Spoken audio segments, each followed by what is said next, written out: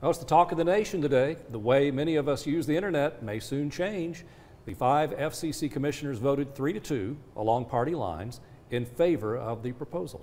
Under the net neutrality regulations, internet service providers could not block you from visiting certain websites or charge you more if you do. But how will this impact us locally?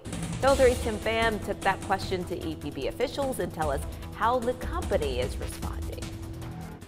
The World Wide Web, it's at the core of what most of us do. Without internet, we couldn't do what we do. Clark Campbell is the co-owner of Social Lion. They're a social media marketing agency. This year, they moved to Chattanooga for better internet speeds. We upload and download a lot of content, and we were having a lot of problems with the providers we had in Cleveland. But a looming threat could impact the way you surf the web. So what is net neutrality, and what's the concern? The idea that all traffic on the internet should be treated equally or neutrally. Say you're craving a pizza. You pick up the phone and order from a local restaurant. Now imagine if you were redirected to Domino's because it had a special deal with them or charged extra for calling your favorite spot.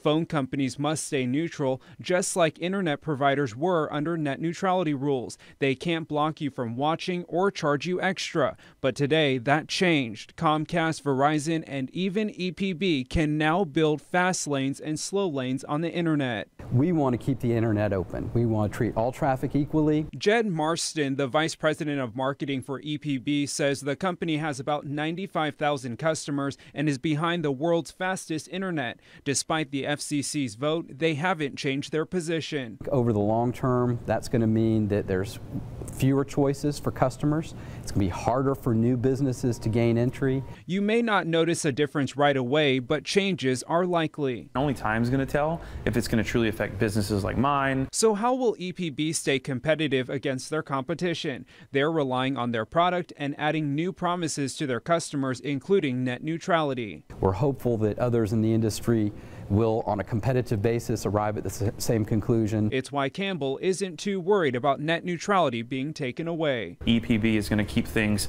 consistent for us, and that makes us want to stay in Chattanooga. Net neutrality isn't quite dead yet. Supporters could take the FCC to court to keep the regulations. In the studio, Tim Pham, Channel 3 Eyewitness News. Well, just in case you're wondering who wants net neutrality to go away, the FCC chairman says the federal government should stop micromanaging the internet and give internet companies the choice. Supporters of net neutrality say they plan to appeal that decision.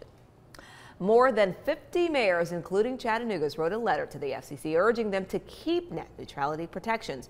Mayor Burke and the other leaders wrote in the letter why they are against deregulation. In it, they said, as leaders of local communities, we are acutely aware of the threat to education, innovation, and economic growth posed by this proposal.